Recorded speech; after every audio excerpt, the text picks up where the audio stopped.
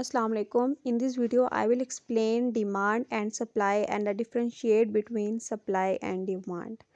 Demand क्या होती है? सबसे पहले डिमांड को एक्सप्लेन करती हूँ। डिमांड जब कोई कंज्यूमर एक जो चीज़ होती है उसको उसी कीमत पर ख़रीदने के लिए तैयार हो जाता है, वो एक कंज्यूमर की डिमांड होती है। उसको हम डिमांड कहते हैं, यानी जो कंज्यूमर है वो एक चीज़ को जितनी उसकी प्राइस है उसी कीमत पर उसको लेने के लिए तैयार हो जाता है, तो वो उस चीज़ की डिमांड होती है और उस चीज़ की फिर वो डिमांड करता है। तो डैट इज़ द डिमांड। इसकी डेफिनेशन कुछ ऐसे है: the amount that consumers are willing and able to buy at each given price level. यानी वो कीमत जिसको कंज्यूमर ख़रीदने के लिए तैयार होता है, जितनी उसकी चीज़ की कीमत होती है। जिस चीज़ की कंज्यूमर डिमांड करता है उसको ख़रीदने की, और डिमांड बहुत सी चीज़ों की होती है। आल्थो पीपल्स डिमांड मैनी थिंग, लोग बहुत सी चीज़ों को डिमांड करते हैं, लेकिन ज़रूरी नहीं कि हम जिस चीज़ को डिमांड करते हैं हम उस चीज़ को ख़रीदने के लिए हमारे पास अमाउंट भी मौजूद हो। What is supply?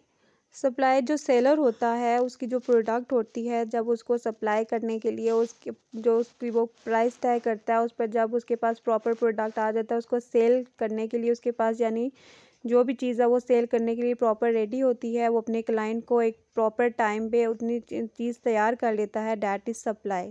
यानी कंज्यूमर चीज़ की डिमांड करते हैं और सप्लायर फिर उनको वो चीज़ प्रोवाइड करता है एक सर्टेन पॉइंट पे, जो उसको वो पॉइंट देता है। इन दोनों में डिफरेंस क्या है कि डिमांड, अब कस्टमर एक चीज़ को वही चीज़ ख़रीदेगा जिस चीज़ की उसको ज़रूरत होगी, उसी चीज़ की वो डिमांड करेगा। फिर वो एक मार्केट में जाएगा और उस मार्केट में उसको जहाँ से सबसे सस्ती चीज़ मिल रही होगी उस सेलर से वो चीज़ को बाय कर लेगा, यानी अपनी डिज़ायर के मुताबिक उसके पास उतनी अमाउंट होगी। पहले भी मैंने आपको बताया था कि हम बहुत सी चीज़ों की ख्वाहिश करते हैं, लेकिन ज़रूरी नहीं कि हम वो तमाम चीज़ें ख़रीद सकें या हमारे पास उतनी अमाउंट मौजूद हो, लेकिन हमारे पास जितनी अमाउंट मौजूद होती है उसके मुताबिक हम अपनी डिज़ायर कंप्लीट करने की कोशिश करते हैं, और उस अमाउंट में हम जो ख़रीद सकते हैं उसी चीज़ की हम डिमांड करते हैं।